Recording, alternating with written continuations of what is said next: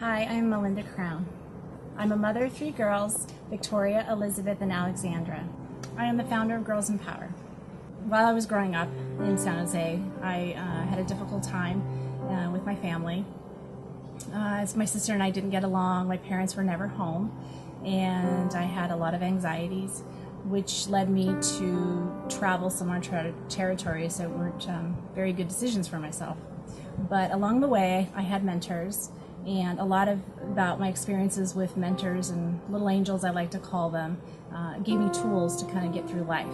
And a lot of what our program is for Girls in Power is about those mentors being there. I started studying poli-sci up at Los Altos Hills, I think it was Foothill College. And after 2 years there, I moved to Southern California, and I studied business communication, and I also studied child development and communications.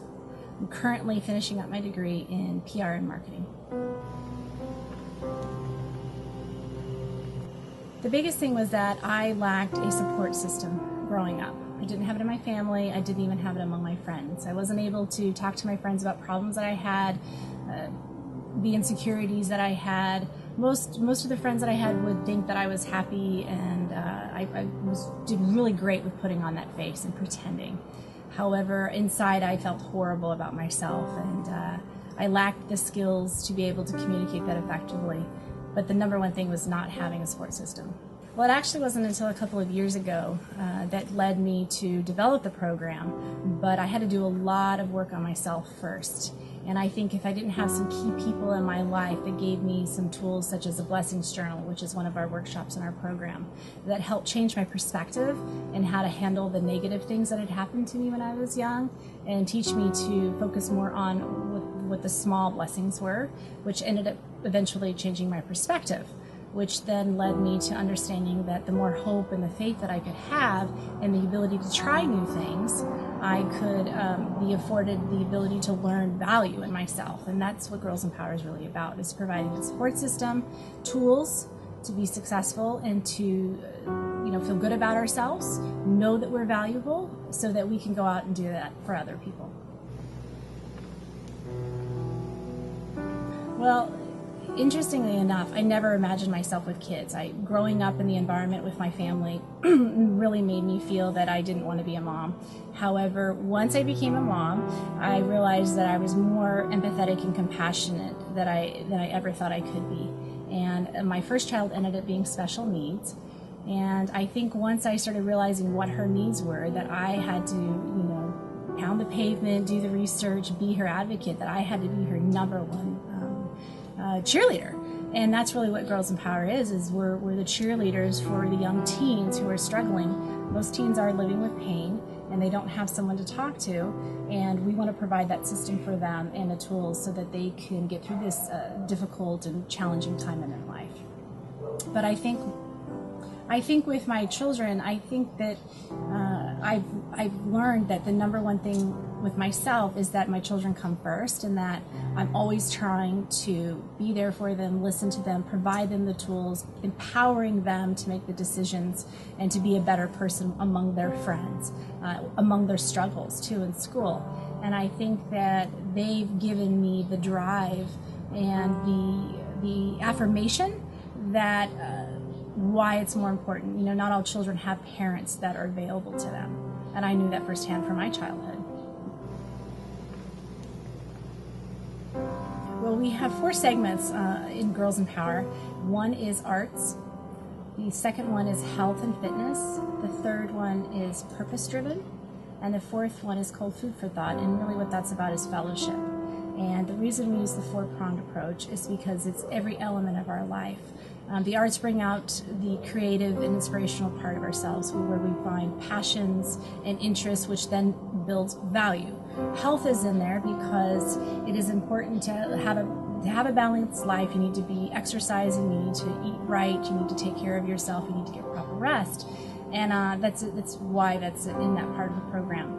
The third part is purpose-driven, which is where it's all built around skill building classes so that teens can learn managing feelings, how to make an I statement, how to empathize with their friends, how to stand up to bullies, And then the fourth segment is fellowship, food for thought, where we sit around family-style dining, which a lot of families don't have the time to provide for their children. And so we provide that environment where our teens can continue to work on listening and respect, and at the same time they're learning new skills with etiquette and setting a table.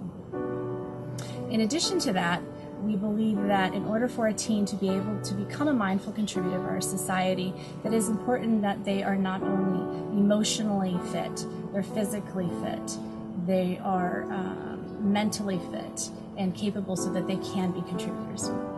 Well, we bring in mentors in our workshops. I'm not the one who claims to know everything. That is why I bring the whole community together, women leading to young women, teens. And I think in the environment, if we provide them with leaders within our community that have a very special skill set, so individuals are brought in that are specific to those issues. So perhaps a female who's educated and experienced with social media, understands how Facebook and Twitter works. They're then educated in our cyber digital classes and how to address issues and how to handle challenges on the internet.